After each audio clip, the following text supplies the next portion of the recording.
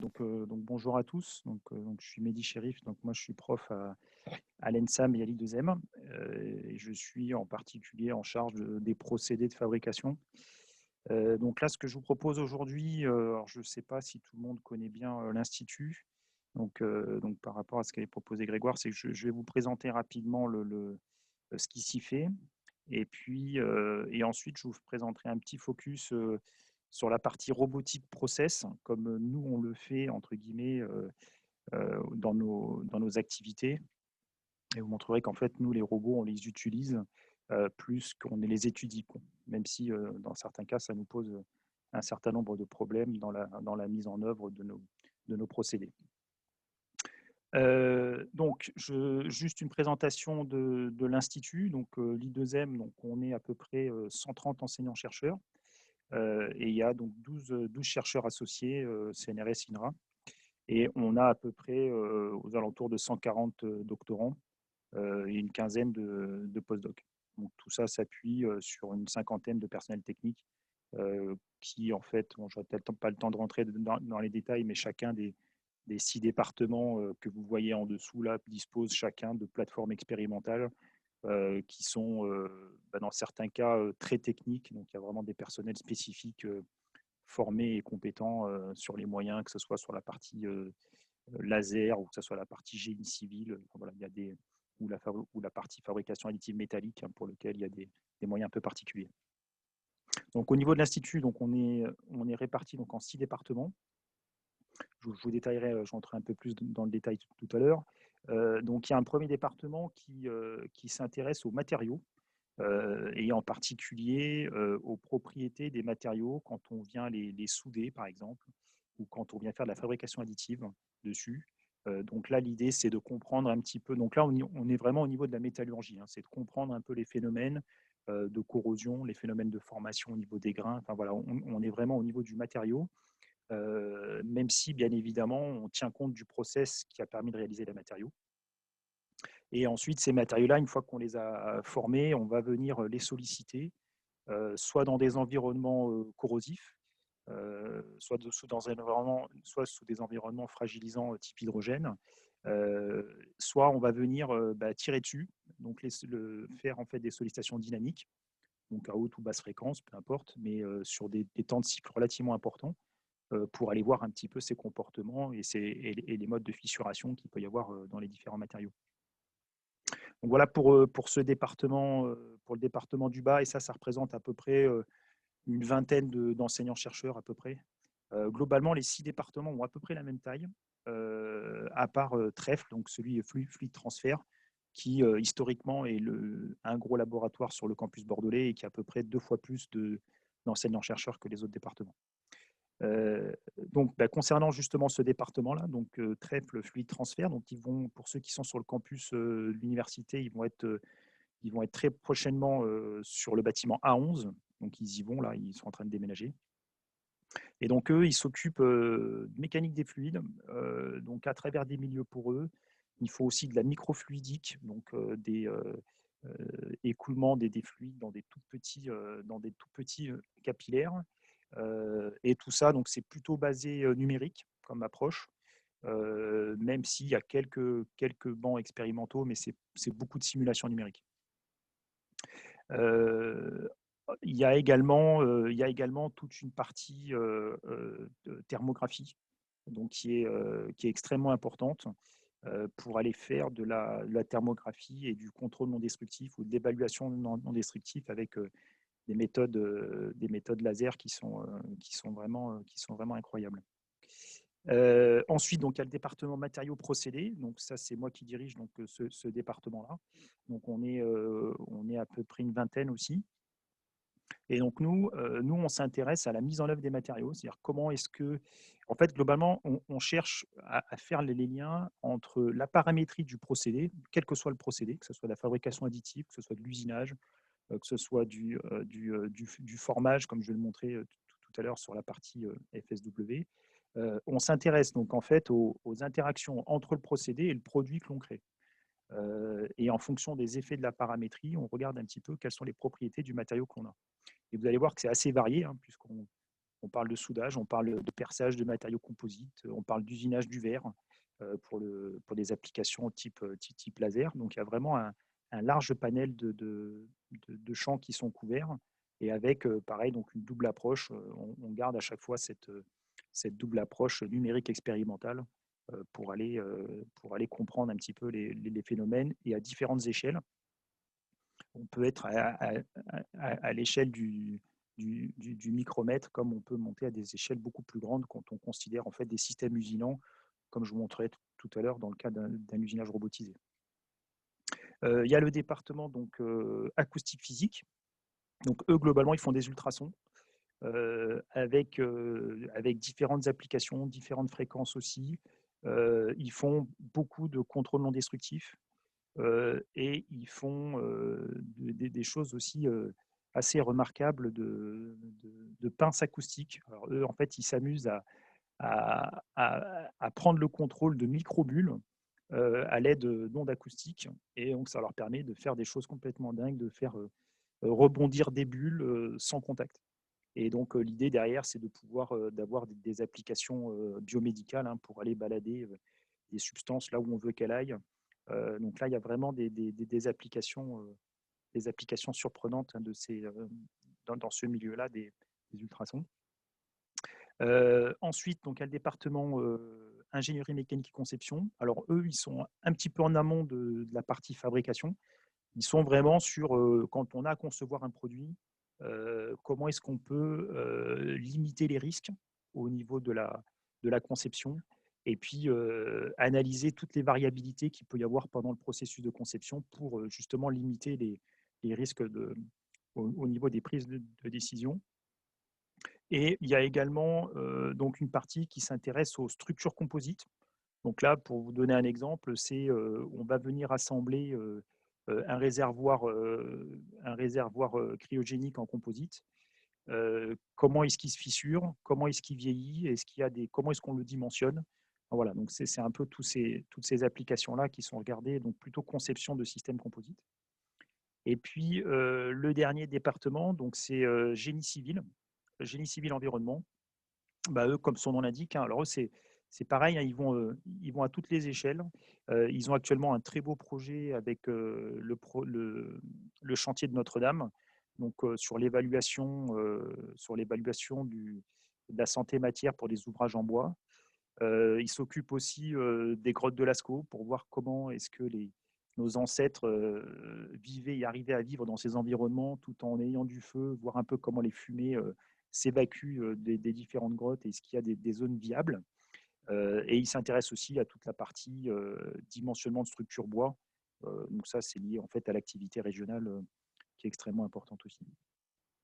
Donc voilà globalement le panorama de ces différents départements. Alors vous voyez que ça balaye large, hein. Bon, on est quand même 140, hein, donc forcément, c'est des thématiques qui peuvent paraître très, très loin les unes des autres, mais on a quand même au sein de ces différents départements des approches qui se ressemblent, même si les sujets d'application ne sont pas les mêmes.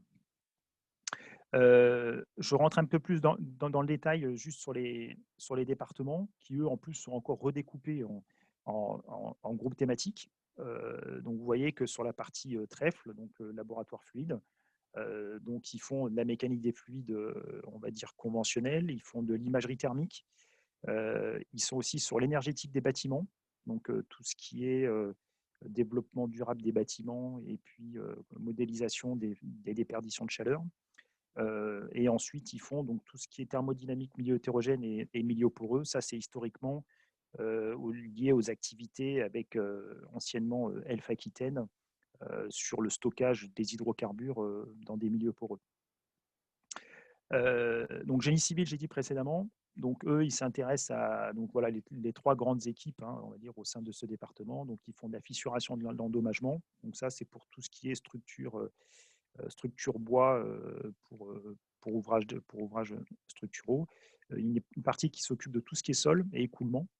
Et enfin, donc toute la partie évaluation non destructive avec fiabilisation des ouvrages d'art, enfin des ouvrages en tout cas pour lesquels il y a des contraintes de durée de vie au niveau des bétons. Ensuite, donc, le département d'UMA. donc durabilité des structures. Donc là, encore une fois, vous voyez, ça balaye large aussi, hein, au sein de ce groupe-là, donc il y a des gens qui font de la dynamique du choc. Donc là, vous voyez sur la partie droite, ils essayent de comprendre comment est-ce qu'un grelon qu'on envoie sur un pare-brise d'avion se comporte. Donc là, il y a un banc expérimental, hein, qui permet d'envoyer des grelons avec des vitesses qui correspondent à peu près à ce que l'on peut rencontrer en situation réelle. Il y a une partie qui s'intéresse sur la partie fatigue des matériaux des structures. Donc là, c'est ce que je vous disais tout à l'heure. En fait, on va venir solliciter les matériaux avec des chargements cycliques et on va regarder un petit peu comment ça fissure, quels sont les phénomènes de propagation. Et ensuite, on va, dans certains cas, donc prendre ces matériaux-là et puis les mettre dans des environnements corrosifs et regarder un petit peu leur comportement. Là, encore une fois, c'est basé sur les approches expérimentales et numériques, hein, donc avec à base de dispositifs type synchrotron pour aller regarder comment les fissures se propagent en temps réel au sein des matériaux. Le département donc IMC, ingénierie conception. Donc là, il y a plusieurs approches, enfin, il y a plusieurs grands axes, hein, globalement. Donc il y a toute la partie modélisation multiphysique. Donc là, c'est typiquement actuellement du travail qui est fait sur la fabrication additive. Donc c'est ce que vous voyez en haut à droite en rouge, hein. En fait, on est en train d'optimiser une structure à partir d'un chargement mécanique. Donc, on a des algorithmes qui permettent d'aller optimiser la géométrie, tout en gardant en tête que la géométrie, il va falloir la fabriquer, donc avec des contraintes de fabricabilité, entre guillemets, qui sont liées au process de fabrication additive. Voilà, et puis il y a toute la partie aussi, donc conception des structures composites. Donc là, c'est principalement sur les assemblages, ce qu'on appelle les assemblages hybrides, hein, donc composites métalliques, donc qui sont principalement utilisés dans les structures aéronautiques actuelles. Donc le département que je gère, donc nous on s'intéresse, comme je disais tout à l'heure, à plusieurs aspects. Le premier, c'est les aspects mise en œuvre des matériaux. Donc là, c'est vraiment comprendre les phénomènes métallurgiques qui se produisent lorsqu'on fait, par exemple, un procédé de soudage par friction. On a donc des procédés donc, d'enlèvement de matière, où là, on va vraiment faire de l'usinage, hein. Donc c'est ce que vous voyez, la partie, la fraise que vous avez en bas à droite. Donc c'est un outil qui tourne, c'est un outil qui se déplace aussi, et donc qui va venir donc usiner la matière. Et donc on va essayer de comprendre un peu quels sont les phénomènes mis en jeu au niveau des interfaces. Donc on a des phénomènes complexes, hein, qui sont d'origine mécanique, thermomécanique. Donc on essaye d'avoir une approche expérimentale et numérique pour pouvoir voir un peu ce qui se passe au niveau de ces matériaux-là. Voilà. Et après, il y a une partie qui est originale aussi au niveau de notre département. On a des gens qui travaillent sur ce qu'on appelle la galénique, c'est-à-dire la mécanique des poudres pharmaceutiques. C'est-à-dire comment est-ce que je fais pour faire un bon comprimé pharmaceutique. Quels sont les paramètres qu'il faut au niveau de la poudre initialement, en termes de porosité, en termes de composition. Et ensuite, au niveau du process, comment il faut que j'appuie sur la poudre pour qu'elle me donne le comprimé à la bonne dimension. Et que quand je veux avoir mon comprimé fabriqué, que quand je le prends dans mes mains et que je veux le casser, qu'il se casse bien comme je veux. Donc là, il y a tout un département qui travaille là-dessus, avec des grosses opportunités très récemment, là, puisque bien évidemment, comme ils travaillent sur comment mettre en forme des comprimés, et en particulier des biomolécules, donc des molécules fragiles. Donc là, l'idée, c'est d'aller mettre de proposer des solutions pour les vaccins actuels, hein, pour ne pas avoir à les stocker à moins 80 degrés. Donc là, il y a une grosse opportunité là, qui est en cours de gestion actuellement là-dessus. Autre type d'application, vous voyez, c'est l'espèce de cartographie que vous avez en bas. En bas, en fait, là, c'est une mesure d'état de surface sur une lentille en verre qu'on a polie pour les applications laser. Donc, on va aller regarder, encore une fois, donc l'influence du process de polissage sur le produit fini. Donc, on équipe les machines avec des capteurs d'effort, des capteurs de vibration, pour aller regarder un petit peu l'influence du procédé sur le produit final. Alors, je vais maintenant vous parler robots, puisque je crois que c'est un peu le thème de ces rencontres-là. Alors, sauf que nous, vous allez voir qu'on a une approche qui est complètement différente, je pense, de celle que vous avez. C'est que moi, je ne suis pas roboticien au sens automatisme, hein. Nous, ce qu'on fait, c'est que les robots, on les prend tels qu'ils sont, et on essaye de comprendre leur comportement et puis de les exploiter au mieux par rapport à ce que l'on souhaite faire avec. Alors pour ça, je vais vous montrer 2 exemples de travaux qu'on a fait, sur des machines, polyarticulées, 6 axes. La première, c'est une application de FSW, donc c'est ce qu'on appelle le friction stir welding. En fait, le principe, c'est qu'on va venir, souder à froid des tôles avec le robot. Donc c'est le pion que vous voyez, le pion vert là que vous voyez au milieu de l'image, qu'on va faire tourner. Donc vous voyez, il y a en fait, l'éprouvette est réalisée en 2 parties, hein, qui ne sont pas jointives, et qu'on va venir souder, et on va le souder à froid. C'est-à-dire qu'on va pas le faire fondre, on va juste le malaxer suffisamment, fort pour qu'on vienne, pour venir souder, les pièces l'une avec l'autre. Et pour ça, bah, on va utiliser un robot, qui va devoir donc appuyer fort sur la tôle, mais pas trop, et qui va devoir se déplacer avec une vitesse que l'on souhaite maîtriser également. Donc je vais vous montrer quelques exemples de ça pour voir un petit peu les contraintes qu'il peut y avoir au niveau de ce process-là. L'autre application que je vous montrais, donc ça, c'est une application que j'avais mis en place, il y a un certain nombre d'années, sur du soudage, enfin de l'usinage multi-axe. Donc en fait, on a mis, au bout d'un gros robot comme ça, on a mis une broche. Donc vous avez un outil, rotatif qui est à l'extrémité du robot, et on va venir usiner avec. Donc on va venir, usiner la mousse que vous voyez, on va venir faire des formes un petit peu particulières, dans cet élément-là pour faire des formes, que l'on souhaite. Je vais essayer de vous partager juste un film pour vous montrer à quoi ça ressemble. Grégoire, tu me dis si je suis, comment je suis dans le temps, hein, si je suis trop long, je vois qu'il reste, je suis que à 20. Tu me dis si, Non, il n'y a aucun problème. bon, je sais que ça vous change un peu, mais bon, aujourd'hui, c'est, je suis parti sur C'est pas sorcier. Alors, par contre, je vais Tu, couper le son là, parce que je vais couper le son parce que là, ça est-ce va que pas. tu... Alors là, on voit toujours ton, Ouais, ton ouais, je sais, PowerPoint. Ah, je oui, sais, ok. je sais, Ok, je ok. sais. Je vais juste vous partager ça. S'il y a du son, je crois qu'il y a une case à Ouais, cocher. Ouais, je l'ai coupé, ouais. ok, Normalement, ça devrait être bon. Donc ça là, vous marche. voyez le première application donc d'usinage. Donc là, vous voyez, c'est bon, vous avez l'image là? Ouais, on a l'image. Donc vous avez donc le robot avec la pièce orange qui est à l'extrémité. Et là, donc on va venir, donc pour piloter ce robot, en fait, on le programme donc sous un logiciel de ce qu'on appelle de CFAO, hein, donc Katia pour ne pas le nommer. Et ensuite, donc on va envoyer tous les programmes donc vers la machine qui va nous permettre d'usiner avec une orientation que l'on souhaite. Avec en particulier, vous verrez, l'outil va venir se déplacer en conservant une contrainte de normalité par rapport à la surface que l'on usine, de manière à ce que le process de coupe se fasse correctement. Et donc, on va utiliser les 6 axes du robot pour venir balader notre outil comme on veut sur la pièce. Et donc, donner une forme qu'on aperçoit légèrement. Là, donc, c'est un bord d'attaque d'avion. Là. On essaye de faire une simulation de trajectoire là-dessus. Voilà à peu près le type d'application que l'on vise. Alors, bien évidemment, nous, ce qui nous intéresse, c'est la pièce finie. Mais bon, après, j'ai un peu lâché le contrôle. Ce qui nous intéresse, c'est la pièce finie, mais on va voir qu'on a beaucoup de contraintes au niveau de la mise en œuvre sur ce type de machine, avec des défauts qui sont importants pour nous en termes de comportement. Donc, comportement vibratoire, comportement en chargement, comportement sur du suivi de trajet. Ce qui ne se voit pas, on va dire, si on observe ça de loin, entre guillemets. Mais nous, comme on regarde les pièces de près, on voit tous ces défauts-là. Je vous montrais tout à l'heure sur comment est-ce qu'on fait pour les observer et les quantifier. Et le deuxième exemple, c'est la partie FSW, donc qui est un peu aussi. Mince, je vais couper le son.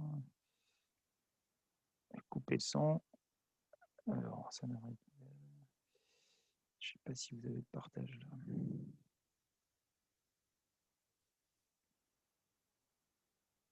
Alors.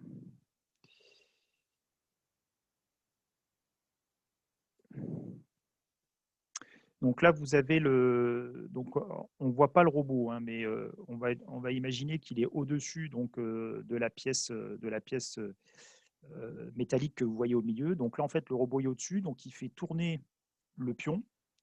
Et il va le. Donc là, vous voyez, les deux pièces sont collées juste l'une par rapport à l'autre, enfin, elles sont juste mises bout à bout. Et le robot donc, va venir souder cette zone-là juste en appuyant dessus et en faisant tourner le pion. Donc, par contre, bien évidemment, alors on va le voir. Donc là, le robot rentre. Si vous regardez à l'entrée, vous allez voir qu'il se passe des choses, hein. Le robot, il a tendance un peu à se décaler voyez, là, il se décale légèrement, alors qu'on ne lui a pas demandé de le faire. Parce qu'en fait, on a des efforts qui sont importants et avec des orientations qui changent. Et donc, le robot, lui, est piloté en effort. Il n'est pas piloté en position. On vient lui donner une contrainte d'orientation particulière. Et vous voyez que derrière, on voit bien que la plaque est correctement soudée. Hein. Donc, c'est assez. Et que le pion, vous voyez qu'il est dedans. Hein, donc, il vient vraiment malaxer quasiment sur 2 mm la tôle là, pour pouvoir, vous voyez, le pion qu'on voit sortir là. Et donc, derrière, on est venu donc souder comme ça la tôle. Alors, ça a beaucoup d'avantages industriellement, hein, puisque ça va très vite, il n'y a pas de flamme, on ne dégrade pas le matériau. Enfin, il y a tout un tas d'avantages à ça. Donc voilà juste pour la présentation de ça. Donc je vais revenir sur mon partage.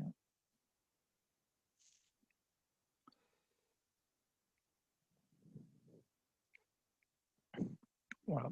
Donc voilà à peu près les deux procédés qu'on a regardés. Et alors ensuite, les contraintes que l'on a, donc typiquement sur le robot là, donc on va faire, donc on a un robot qui est équipé avec une cellule spécifique. Hein, au bout, la partie bleue que vous avez au bout là, en bas à gauche, en fait, ça c'est un capteur d'effort qui est câblé avec la commande du robot et qui permet de faire un asservissement donc en effort de manière à pouvoir maîtriser l'effort presseur. Et nous, pour nos essais, on vient en plus mettre l'éprouvettes sur un autre capteur d'effort de manière à contrôler l'effort que implique le robot et voir si c'est bien conforme à ce qu'il est censé faire. Alors encore une fois, nous, le robot, c'est un moyen, on regarde juste le résultat, entre guillemets, et on essaye de comprendre pourquoi on a, par exemple, sur la figure de droite, là, vous voyez qu'on a un défaut. Alors, on voit plusieurs choses. Hein. On voit que si vous regardez cette espèce d'entrée en forme de virgule, ça, c'est lié au comportement du robot, parce qu'on ne lui a pas demandé de faire une courbe, on lui demande de faire une ligne droite. Donc, il y a une mise en chargement et on voit qu'il se passe des choses. Alors, ce qu'il faut savoir, c'est que historiquement, ces machines-là, elles sont plus conçues pour faire du point à point et pas pour faire du suivi de trajectoire. Donc en fait, ils sont très bons sur du point à point. Par contre, dès qu'on lui demande de faire des trajectoires, on commence à avoir des oscillations qui ne sont pas forcément ce que l'on souhaite. Et comme on est en train de regarder assez finement au niveau de la pièce, dès que vous avez une oscillation, ne serait-ce que quelques dixièmes, vous allez avoir les efforts qui vont bouger fortement et potentiellement donc, la commande qui n'a pas le temps de réagir par rapport à ces pics d'effort.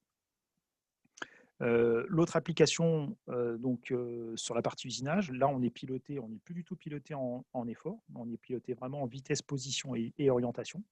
Et là, par contre, on sollicite la structure avec des fréquences qui sont beaucoup plus élevées. Et même si les efforts ne sont pas très élevés, les fréquences que l'on a font qu'on a des vibrations de l'intégralité de la structure. Alors, vous voyez que l'outil, pourtant, est petit. Hein. Là, ça doit être un outil qui doit faire 10 mm à peu près, enfin 8 ou 10 mm, alors que le robot, ça, c'est un KR240 de chez KUKA qui est capable de porter 240 kg. Donc, on a vraiment un ordre de grandeur qui est assez important entre l'un et l'autre. Et pourtant, on arrive à le faire vibrer même en usinant des alliages légers type alu. Alors, les constats que l'on fait par rapport à ça, donc nous, encore une fois, l'idée, c'est de caractériser un petit peu ces machines-là. Alors, quelques constats qu'on a fait, des mesures expérimentales qu'on a fait. La première, c'est que ces machines sont super répétables. Donc ça, ils le donnent hein, dans les cahiers, dans les docs techniques. Hein, ils vous annoncent 3 centièmes de répétabilité. Bon, on s'est amusé à faire des tests, effectivement. Hein, on voit donc là, ici, ce que vous avez en bas à droite, enfin en bas à gauche, en fait, c'est les suivis de profil. C'est-à-dire qu'on va utiliser un dispositif de mesure qui est ce qu'on appelle un ball bar.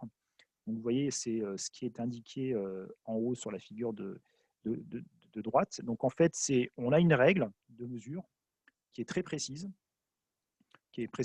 au centième de millimètre, et qui va être accrochée au robot, qui est aimantée au robot. Le robot va faire un cercle, et la règle de mesure va nous mesurer les écarts par rapport à l'axe de rotation.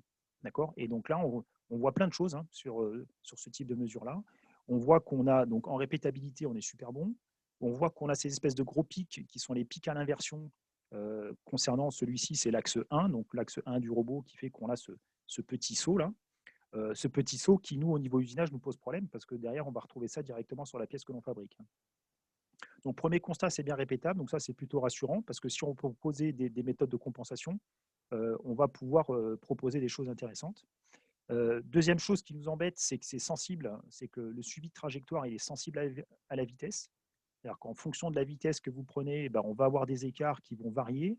Ça ne nous plaît pas trop, en sachant que donc c'est sensible à la vitesse et c'est aussi sensible au sens de déplacement sur le trajet. Donc là, du coup, pour le compenser, ça devient tout de suite plus compliqué. Et l'autre point, c'est que c'est sensible à la configuration. C'est-à-dire que si vous prenez le même trajet, que vous le faites sur une table haute ou que vous le faites bras allongés, eh ben, on a des comportements qui sont très différents, qui fait que nous, quand on est sur la partie usinage, on a besoin de connaître la machine sur son espace de travail, ou en tout cas sur une grande partie de l'espace de travail. Si on a des variations selon les zones, eh ben, ça devient très difficile à compenser ou en tout cas à anticiper en termes de suivi de trajet.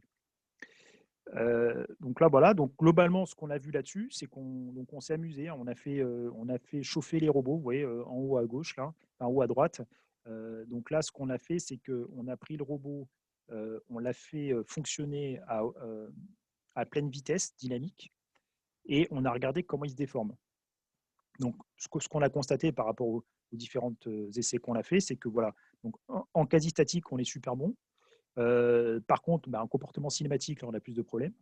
Et ensuite, quand on le charge, alors là, c'est encore plus compliqué parce le robot va se déformer.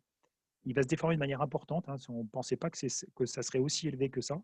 C'est-à-dire que quand vous le mettez en chauffe et en fonctionnement en continu, on peut quasiment perdre quasiment 1 millimètre au bout du robot, quoi. Alors perdre ou gagner, ça va dépendre de la configuration dans laquelle il se place. Et on a également donc un comportement qui est bien sûr qui est pas isotrope sur son espace de travail, donc avec une raideur variable. Donc ça nous plaît pas trop non plus parce que quand on a une machine qui usine, en fonction de la position où il est, s'il se met à vibrer, il va falloir qu'on corrige les fréquences de rotation et le faire en temps réel, c'est un peu compliqué par rapport à la configuration de la machine. Alors tout ça, pour le mesurer, vous voyez ici la partie bleue, là ça c'est un tracker externe.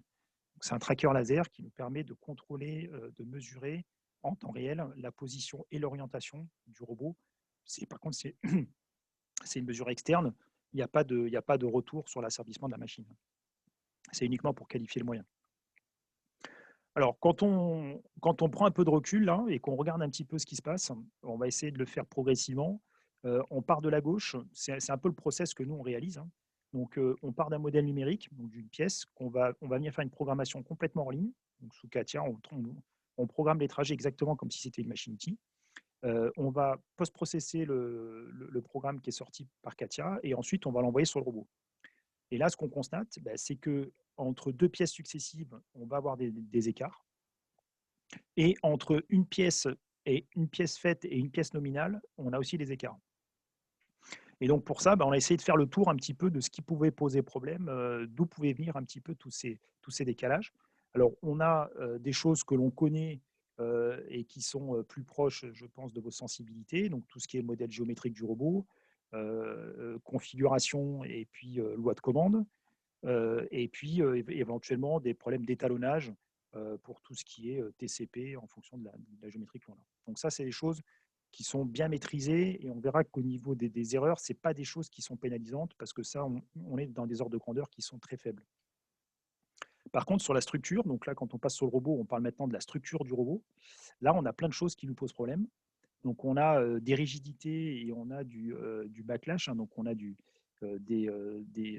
jeux aux aversions, donc ce qu'on appelle le loss motion. Là. Et on peut l'avoir donc dans tous les réducteurs de la machine. Alors, bien évidemment, ils sont conçus, ils sont préchargés pour qu'il n'y ait pas de jeu, mais malgré tout, comme on l'a vu précédemment, hein, sur le ball bar, on voit bien qu'il y a des choses, dès qu'on inverse le sens de rotation d'un des axes, on voit des choses. Donc là, c'est pour la partie, on va dire, vraiment machine. Et puis, au-dessus, il y a tout l'environnement.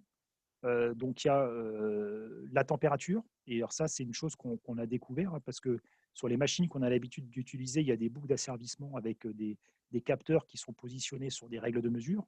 Là, le robot, c'est tout en boucle ouverte en fait, c'est-à-dire que c'est commandé par les moteurs, mais au bout de l'effecteur, on n'a aucun retour sur sa position réelle. Et donc du coup, on peut avoir des écarts importants.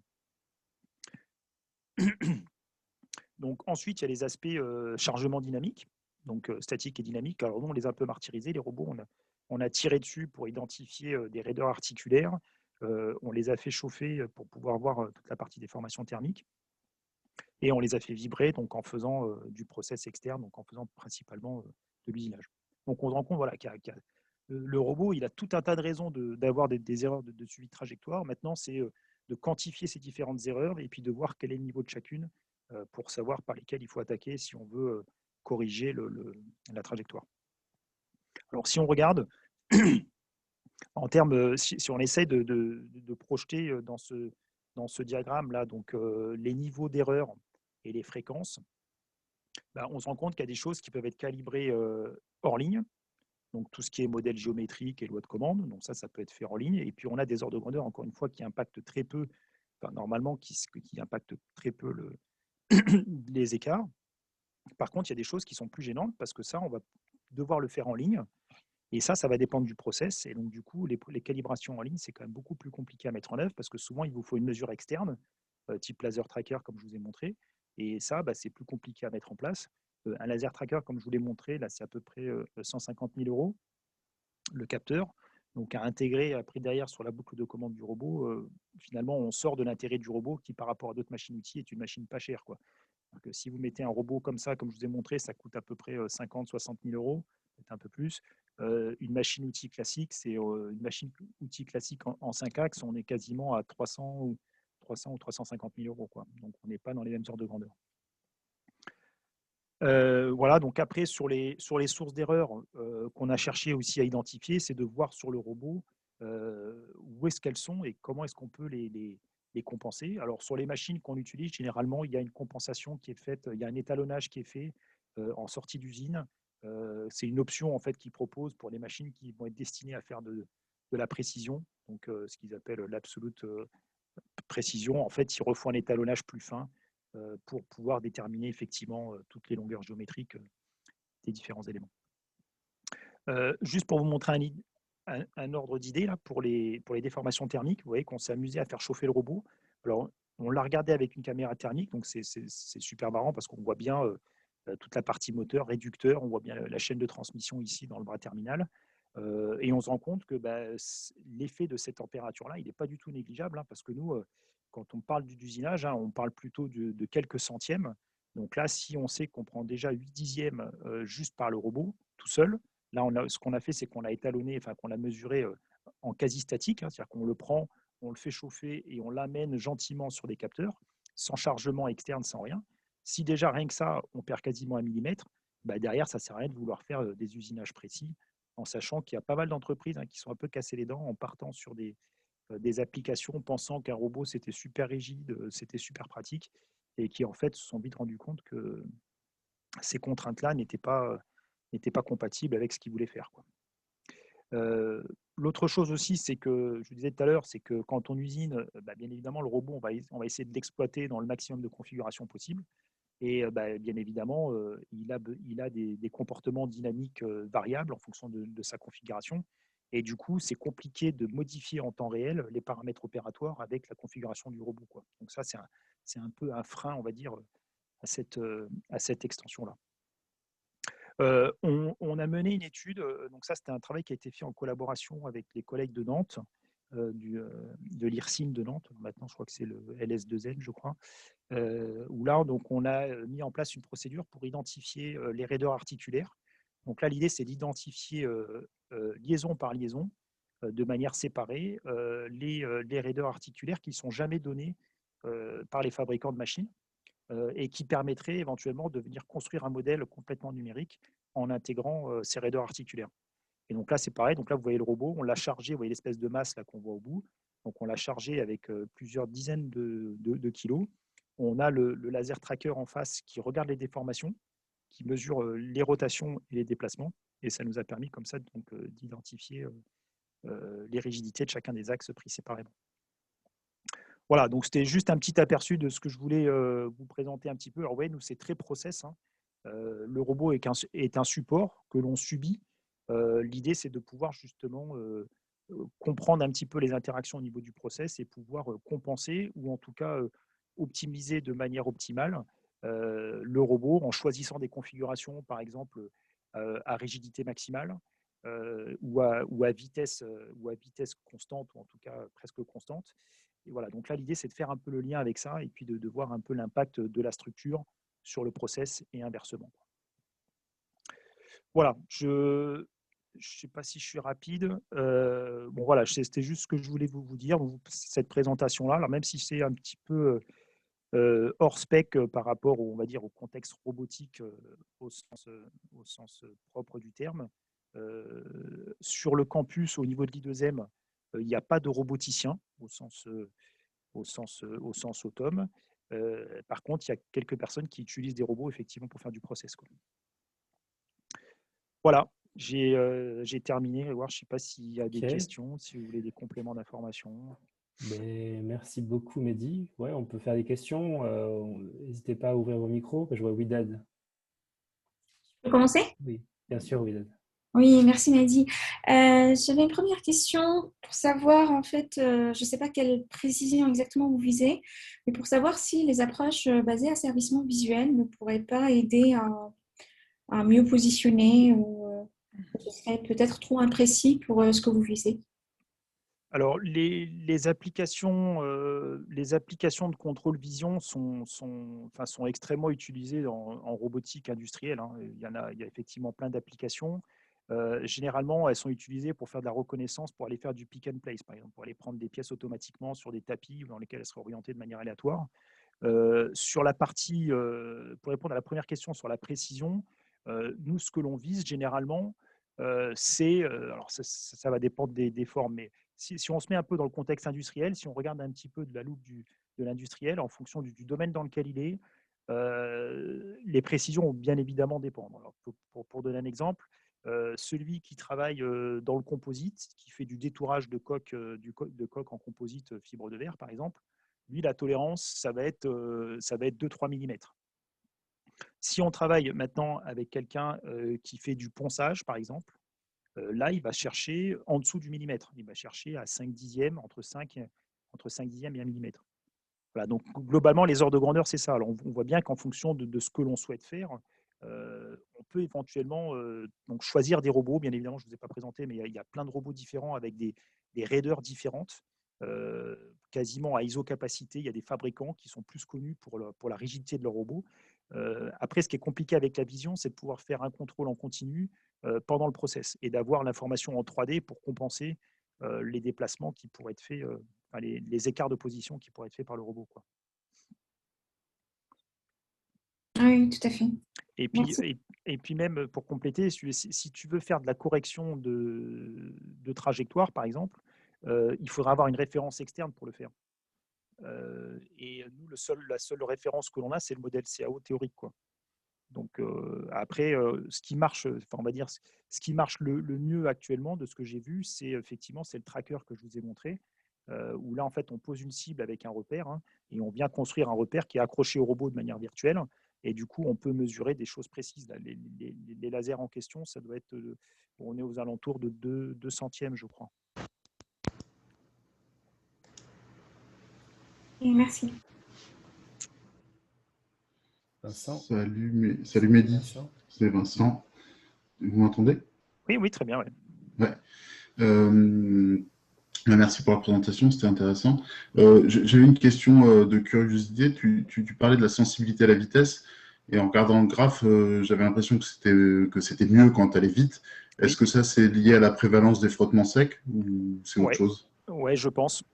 Après, on a peu d'informations là-dessus, hein, sur ces observations-là. Par contre, c'est clair que de ce qu'on a vu, c'est que effectivement, il valait mieux être au-dessus d'une certaine vitesse pour avoir un comportement, on va dire, régulier. Après, le problème, c'est qu'il faut que ce comportement-là soit compatible avec notre process, quoi. C'est que quand on fait de l'usinage, on ne peut pas se balader à 10 mètres par minute, quoi. Sinon, il va y avoir des problèmes. Donc, du coup, il y a quand même cette contrainte-là de travailler dans les conditions qui sont bonnes pour le robot. Mais nous, ce qui nous intéresse, c'est le process derrière, hein. C'est pas juste faire tourner le robot, quoi. Okay. Et du coup, l'autre question, c'était, donc tu parlais de la sensibilité à la configuration et de la raideur opérationnelle qui était variable et qui, j'imagine, est sensible à la configuration. Ouais. Est-ce que vous avez des relations particulières avec les constructeurs qui vous permettent de connaître un peu les caractéristiques au niveau des axes, des propriétés en termes de déformation, ou est-ce que c'est des modèles que vous avez construits, ou c'est juste un constat que vous faites pour le moment? Alors, pour l'instant, c'est qu'un constat. Ce qu'il faut savoir, c'est que les fabricants de robots, en France, il n'y en a pas trop. Il n'y en a pas trop. Là, les robots qu'on utilise, donc c'est des robots allemands, hein, c'est du KUKA, et ils ne sont pas très bavards, quoi. Ils ne sont pas très bavards parce qu'ils ne veulent pas trop ouvrir, sur leur savoir-faire, quoi. Donc, on n'a pas de liaison particulière avec eux, quoi. Ok. Donc, nous, ce qu'on fait… Ouais, Oui. vas-y, excuse-moi. Non, ce que je disais, c'est que nous, l'idée, c'est plutôt d'avoir un modèle générique et plutôt d'avoir on va dire, une procédure d'étalonnage, quelle que soit la structure du robot, quoi. Parce que là, on a celui-là, mais on en a d'autres qui ne ressemblent pas à ça. Et on peut pas avoir. Et c'est assez compliqué de partir, on va dire, des éléments mécaniques de la machine jusqu'à son comportement, quoi. De remonter ce trajet-là, c'est quand même Ouais, bien sûr. c'est quand même assez compliqué. Ouais. Ok. Ouais, effectivement. Disons qu'il faut vraiment beaucoup de capteurs pour pouvoir faire ça. Et si tu veux le faire en ligne, c'est très compliqué. Ouais, c'est compliqué, ouais, c'est compliqué. Ok. Après, Ouais. là-dessus, il y a quand même quelques travaux qui ont été faits récemment. C'est en fait, d'équiper le robot avec des règles, donc en fait avec Mhm. des capteurs sur chacun des axes, mais externes, du coup, qui permettent du coup de prendre en compte les déformations des différentes liaisons et non pas uniquement la position angulaire qui est donnée par le moteur, pour pouvoir compenser effectivement, compenser le comportement. Alors le problème de ça, c'est qu'il faut une armoire de commande qui tourne derrière, parce que généralement sur les CN, je crois qu'on est à 3 millisecondes, et du coup, il faut changer toute la CN, quoi. Donc ça, c'est pareil, Ouais, c'est bien de sûr. l'intégration. Il y a un peu de savoir-faire pour pouvoir Disons que démonter tu peux le faire dans le cadre d'une démarche expérimentale un peu one shot, mais en production, c'est un peu plus compliqué à Ouais, mettre en ouais, œuvre. ouais, ouais, c'est impossible. Ok. Bon, ben, en tout cas, merci, c'était intéressant.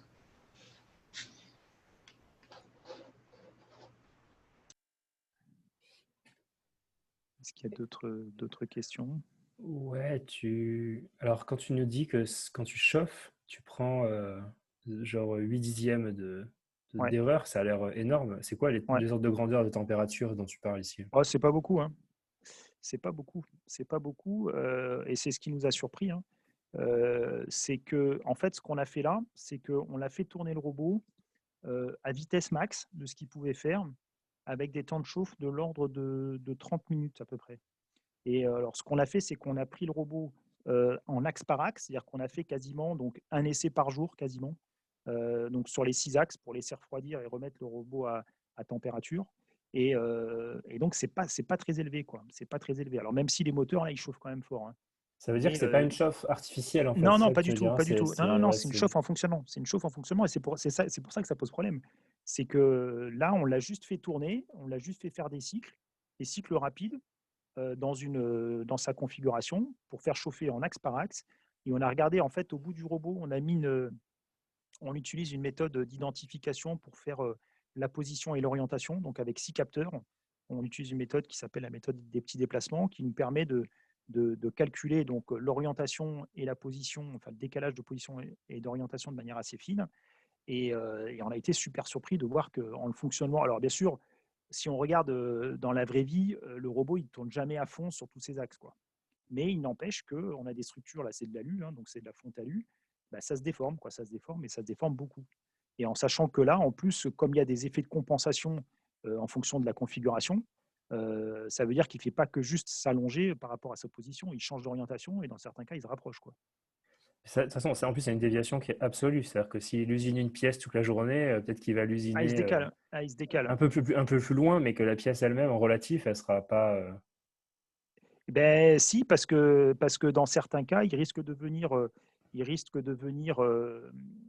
comment ça s'appelle? Il risque de, enfin, ça va dépendre de l'orientation de son outil quand même. Alors, bien évidemment, la pièce va se décaler, mais si tu as des positions relatives à prendre, tu vas avoir ce décalage-là qui va se faire dans un sens ou dans l'autre, quoi.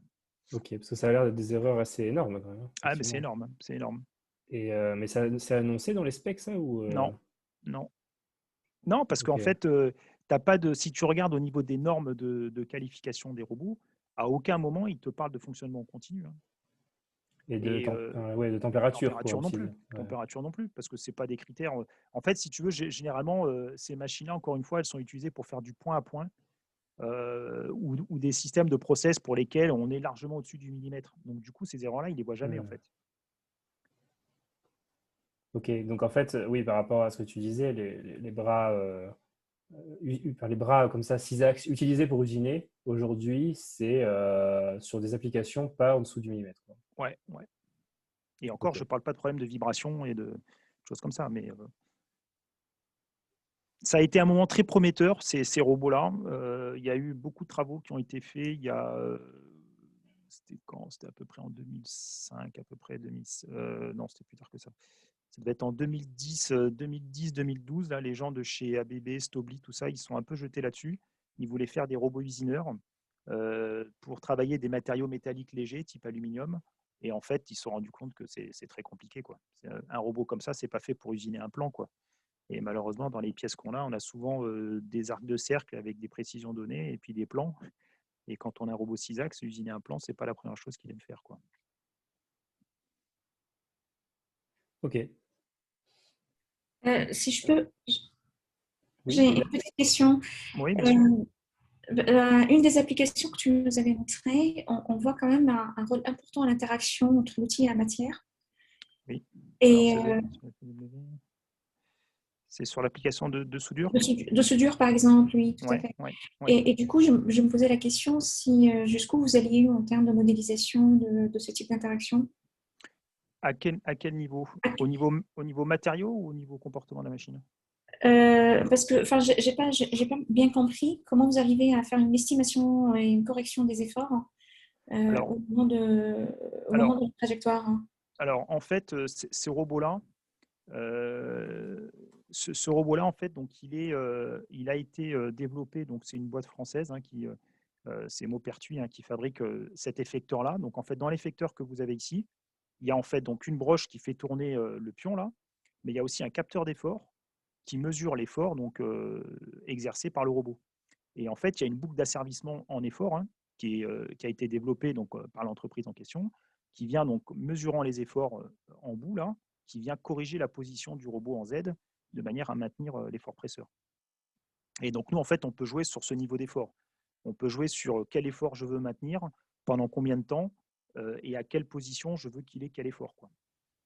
Et donc cet effort-là, le retour d'effort serait différent suivant que vous êtes exactement sur la jonction ou à côté. C'est ça qui Pardon, vous permet de faire un retour d'information. j'ai pas entendu, Alors, ça a coupé. est-ce que, enfin, j'ai pas compris en quoi ça permet de corriger la trajectoire en fait en position. Est-ce que c'est le retour d'effort suivant que vous êtes sur une jonction entre les deux matériaux ou suivant que vous êtes sur une Non, surface sans alors jonction, vous avez une différence non, d'effort? Non. en fait, quand on veut souder les deux tôles là, Oui. il faut donc on voit la limite entre les deux tôles là, il faut appliquer un effort et appliquer une vitesse de translation qui sont très spécifiques en fonction du matériau, de l'épaisseur et de la géométrie en fait du pion que vous voyez en bas à gauche là. Donc ça veut dire que c'est ça qu'il faut maîtriser. Il faut maîtriser avec quel effort j'appuie sur ma tôle et avec quelle vitesse je me déplace dans la tôle. Et pour ça, donc on a cet effecteur-là qui permet donc de donner une consigne en effort. Donc on lui dit voilà, tu te positionnes entre les deux tôles là, et tu appuies à 600 kg. Et tu maintiens cet effort à 600 kg quand tu vas te déplacer. Parce que Ok. s'il ne maintient pas cet effort-là, on va avoir des défauts sur la soudure. Soit ça va mal se faire, soit ça va arracher la pièce. Donc il y a vraiment un niveau d'effort à bien maîtriser. Et pour ça, on est obligé d'avoir ce système d'asservissement et qui suit le robot. C'est-à-dire que nous, sur notre capteur ici, nous, ça nous permet de suivre l'éprouvette, là où il y a marqué sur le gros, ce qui est posé sur la table. Ça, on va dire que c'est l'aspect expérimental. Donc, on mesure ce que le robot appuie. Et le robot, lui, tout seul, il a sa boucle d'asservissement avec son capteur d'effort embarqué qui lui permet qui lui permet de suivre une consigne qu'on lui donne en fonction de la position et de l'effort que l'on souhaite, quoi. Ok. Donc vous êtes en boucle ouverte sur la position. Oui. Ok. Merci.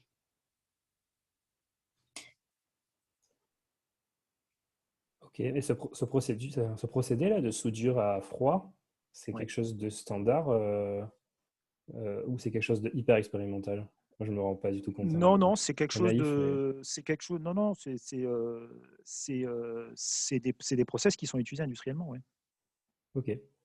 Pour faire de la soudure à froid, ça a beaucoup d'avantages quand même, hein. C'est qu'en termes de santé matière aussi, enfin, je ne rentre pas trop dans le détail, mais on n'a pas du tout la même qualité de matière quand on dépasse la température de fusion, alors que lorsqu'on reste un petit peu en dessous de ce seuil-là, quoi. Donc, on a des choses intéressantes par rapport à ça, quoi. Mais ça reste compliqué parce qu'il faut appuyer fort. Il faut qu'il y ait. Là, on travaille sur des trucs super simples. On travaille sur 2 plaques qui sont planes. Dès qu'on commence à avoir de la courbure, bah, ça devient très très compliqué parce qu'il faut maintenir une normale surface. Il faut que la géométrie du pion soit correcte. Enfin, il y a tout un tas de choses à aller regarder, quoi. J'imagine que ça se fait peut-être de manière plus traditionnelle dans des machines 5 axes, alors, c'est ça? En machine 5 axes, ils le font pas tellement du FSW parce que, enfin, il y a des machines, mais globalement, sur des formes gauches, c'est compliqué à faire du FSW parce qu'il faut que ton outillage derrière, il ait la forme et qu'il soit capable de résister aux efforts que tu vas mettre, quoi. Donc, c'est pas si simple. Ça marche très bien sur des tôles planes, grande dimension.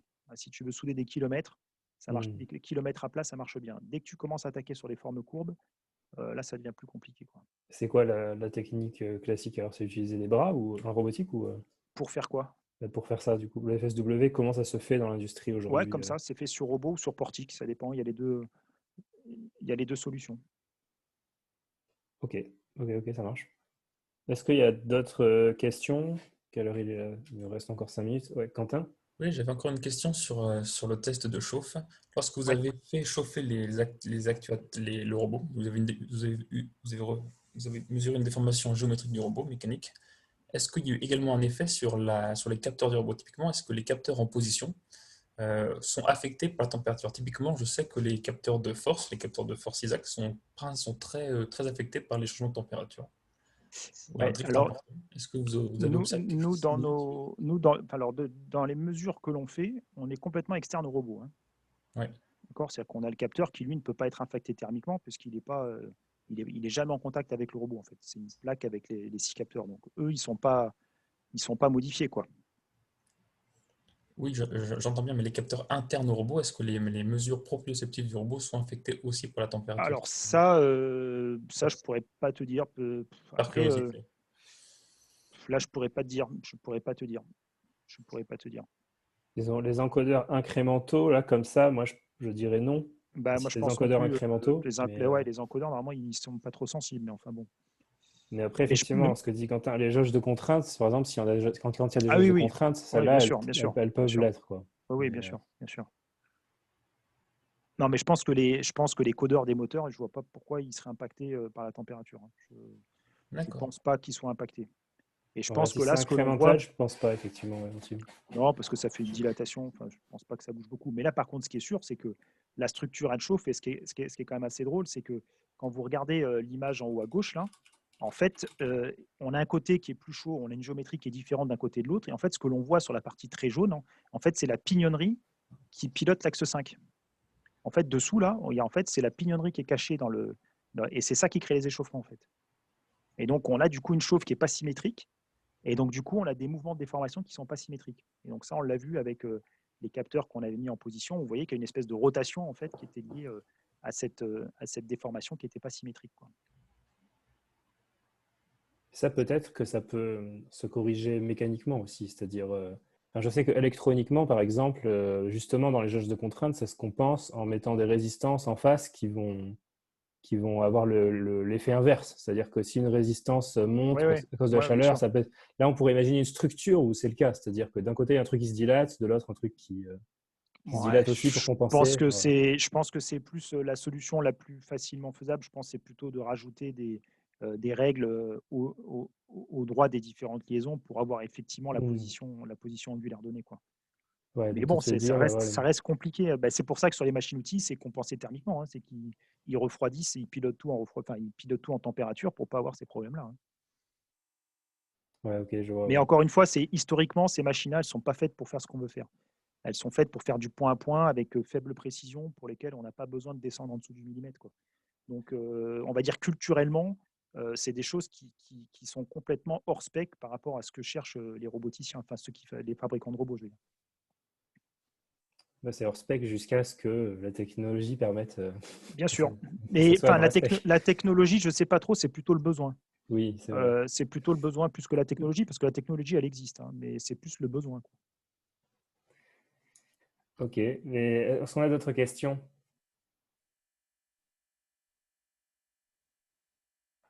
Ok, alors je